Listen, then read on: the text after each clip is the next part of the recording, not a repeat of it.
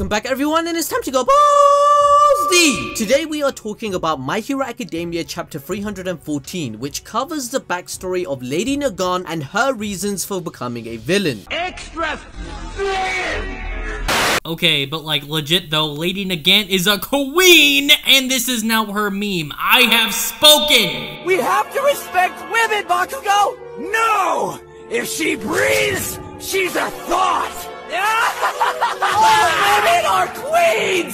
As we stated in our previous videos, Balls Deep prediction quirk was absolutely correct. Not only did Chapter 314 personify the exact message we relayed in our analysis regarding how the ending is shaping up to be, but literally, word for word, it plays out our community's vision, as Deku asks Lady Nagant why she became a villain and shows maturity by realizing that morality in society is painted grey rather than things being black and white. If you do not know what I'm talking about and are frankly lost like Zoro, then you must watch our two-part series being displayed to you right now. These videos will keep you on the same page as everyone else and will let you know how Deku becomes the greatest hero with the, you guessed it, the ultimate drip.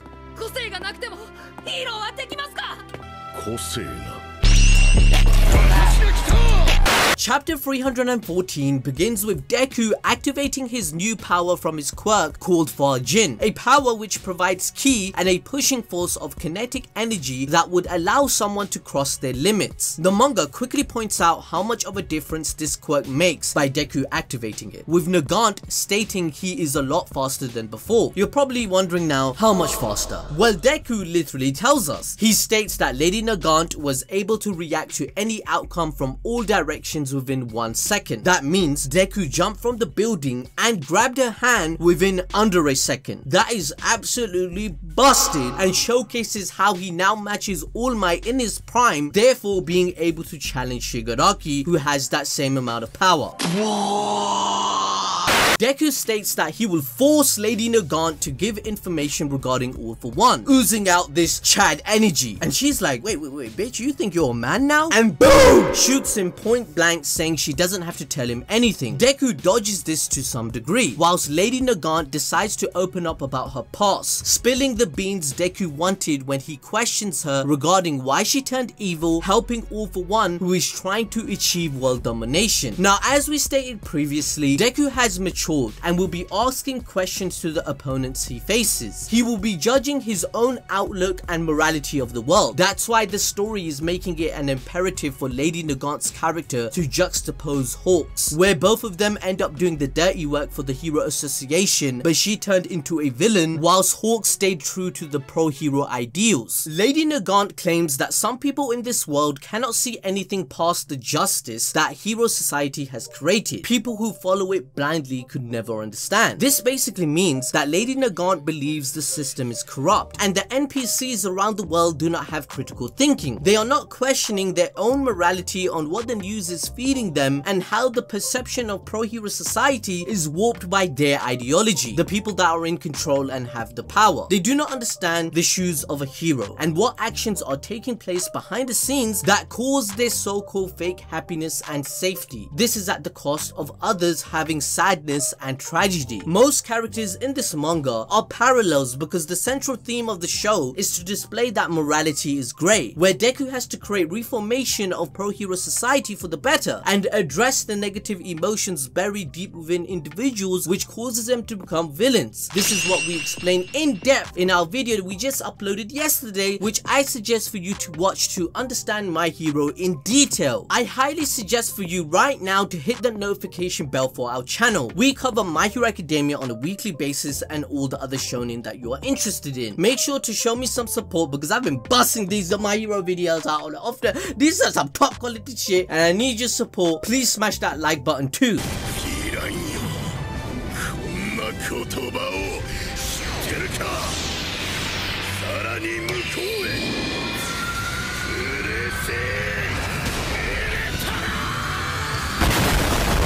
Now, the nickname Lady Death was given to a Soviet sniper from Ukraine who famously had 300 confirmed kills and was renowned as the best female sniper the world has ever seen. She suffered from many traumas and had PTSD after achieving such success, realizing that what she achieved and the cost of war was much too great. Horikoshi used this biographical person of our real-world history in My Hero as an essential character that could portray this side of society that is formed due to the governments of the world exploiting their powers. Lady Nagant continues into a monologue regarding how there was a time when vigilantes were trusted and approved of their actions. They were basically the heroes before heroes existed. This is a similar thing we learned about the second and the third users of One for All, remember in chapter 310, where during the dark ages of hero society, there were basically vigilantes fighting All for One and his villains. The people with their trust in these vigilantes gave power to the superhero associations we see now, where heroes became celebrities and preserved the image of a fixed window, which has now caused the ignorance of the broken shards on the ground. Heroes like Lady Nagant were just a cog in the machine, told to preserve this trust. The ones who worked in the shadows, sweeping away the nastiest of stains, worked hand in hand with the ones who worked in the light to keep society functioning. As this is being said, we see the flashback of the villains who had been planning on causing trouble. Lady Nagant, covered in blood, kills the villain, obeying like an obedient dog of the Safety Commission. That's how she felt. After killing so many, Lady Nagant starts questioning this fake society. Nagant is seen walking down the street as a swarm of kids circle her. They say that they are her biggest fans and want to shake her hand. As Lady Nagant brings her hand in front of the kids, it is filled with bloodstains, contrasted with the bright and cheerful faces of the kids. Nagant freaks out and has PTSD, just like her real-life inspiration, snapping her hand back, calling society fragile and how it makes her sick. We then see her contemplating her time as a hero and the purpose given to her by the Public Safety Commission, that it is all fake, only there to uphold their own desires. Now, with this sentiment, she is then called by the Public Safety Chairman for a mission briefing. The chairman gives Nagant a mission to kill 2 heroes who are provoking civilians into crime, then capturing them for the reward. The Hero Commission was corrupt in this task, since they were not honest to the wider society and civilians. They rather wanted to uphold their own positions of power. This is because if the fact that the heroes were creating the criminals to just cash in the reward for their selfish desire were to leak to public, then the public's trust in the commission would go down, since we learned earlier that without the public trust, the heroes are merely vigilantes and will be taken down. With the illusion of the perfect society, the heroes and the commission will keep gaining power. So events like this should be just swept under the rug by shadows such as Lady Nagant. At least that's what they think. Lady Nagant questions whether killing these 2 people will make society better. Isn't this just brainwashing the public, lying to them of a clean and light-covered world while stuffing all the dirt inside the closet away from their view? The commissioner tells her that she is doing what is necessary. Someone needs to maintain the hope that the heroes give to the public. She asks again, what's beyond that? What's beyond maintaining this facade? The chairman then is about to whip out a gun from his coat pocket, hinting at what resignation means for a shadow hero like Nagant. Because if Lady Nagant were to resign, she would withhold too much information regarding pro-hero society and the dirty deeds the commission was committing. So there was no true freedom or life for her in the first place. She was just a tool that they were planning to dispose of as soon as she was done being useful. Nagant then decides, you know, frick this, I'm gonna kill this dude, and bangs him.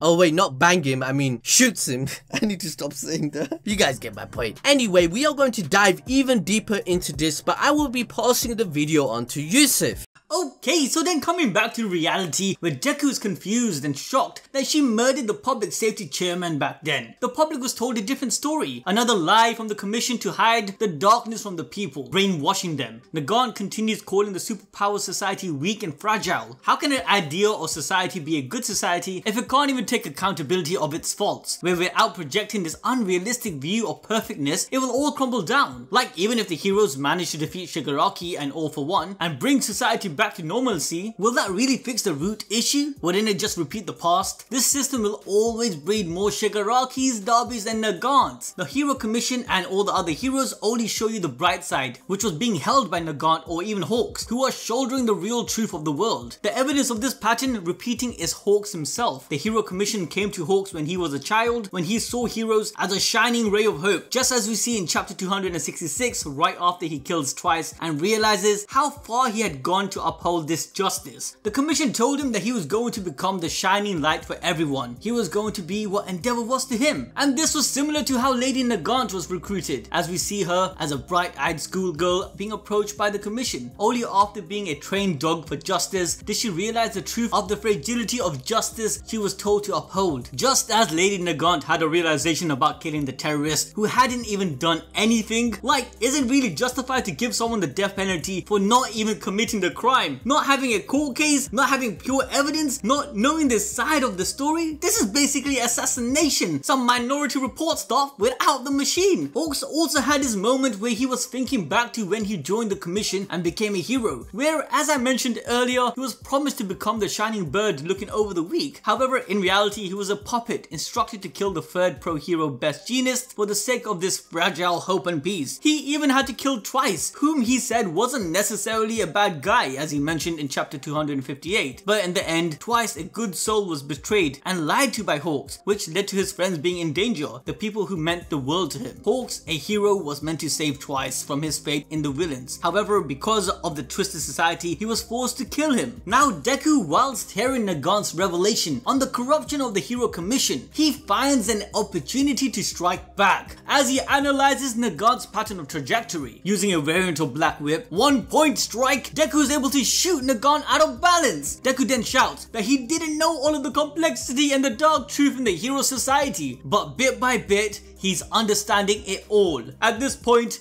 Deku elaborates something that we have been saying all this time in every single My Hero Academia video. Like we said earlier, literally word for word. Deku states, "It isn't black or white. The world is awashed with shade of grey." He goes on to say how the emotions of everyone from anxiety to anger are all jumbled up together.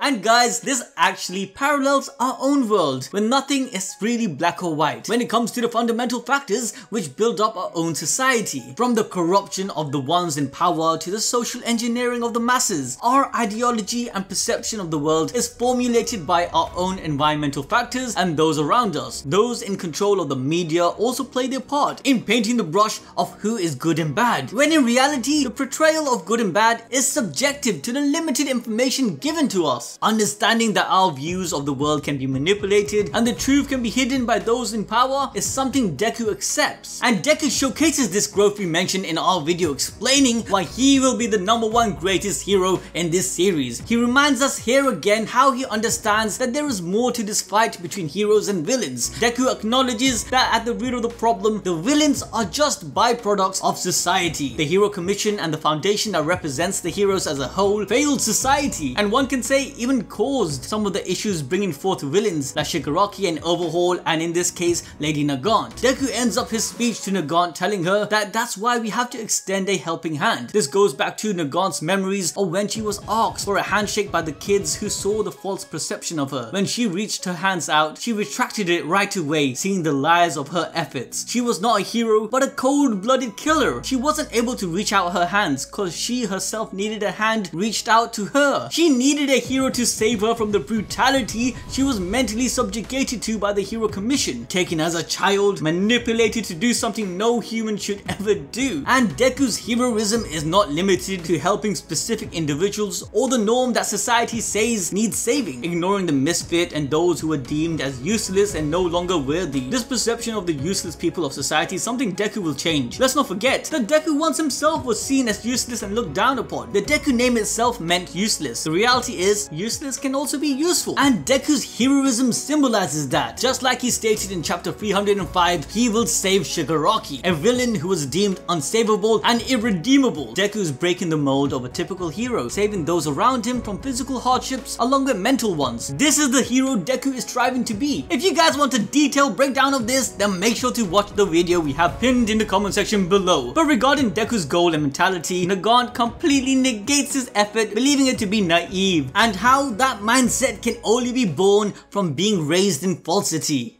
Nagant analyzes her situation, feeling as though Deku is doing well in avoiding her attacks and any damage to his joints. She then comes to the conclusion that this is due to his mad concentration in predicting her projectiles, like our boy got balls deep prediction quirk. But she obviously doesn't know that Deku has the alert quirk, which gives our boy the next level spidey senses. But she is right, Deku does need 10 out of 10 concentration in reacting to those hits. So to counter Deku's big brain, Lady Nagant decides to increase his mental burden. To do this, she points a gun right at the psychologically broken Overhaul, who is just moping around wanting to see his father. This catches the attention of Deku, who notices Overhaul at a distance, but then the chapter ends. Now obviously, if this was any other hero, this move would have been a wasted effort. However, we are talking about Deku, who seconds ago revealed to Nagant that he plans to save everyone, giving out a helping hand. Even though Deku will not be able to forgive Overhaul for the atrocities he committed with Eri, as a true hero, he will still risk his life to save him. This will bring Deku to a sense of reality and also put his new resolve to the test, sacrificing his objective and opportunities of taking down Lady Nagant in the process of saving a villain like Overhaul will be Deku putting his own words into action. Now, I personally feel that Overhaul has lost his marbles and is in a state of needing saving. And I also have a theory that eventually Overhaul will be forgiven by Eri, who will bring back his arms. Yes guys, I know this is like crazy, but why would Eri do this, right? Why? But listen guys, this is a theory that I believe in. The Overhaul will change for the good and actually, you know, he might help the heroes, especially regarding the quirk destroying bullets. Eri, by rewinding Overhaul's hands, will showcase her being free from the cage she was put in, breaking the shackles that binded her mentally to her past. This will be a great character development and also showcases Deku's inspiration as a hero is passed down to the newer generation, like Eri and Kota. The new heroes will really represent what a true hero is. And then once society fulfills that need, eventually all of the heroes that's representing hero as a whole will be like Deku. Let me know what you guys think in the comment section below. Don't forget to smash that like button, subscribe if you haven't, and ding that notification bell if you want to stay updated with our content. Till then guys, we'll catch you lot next time.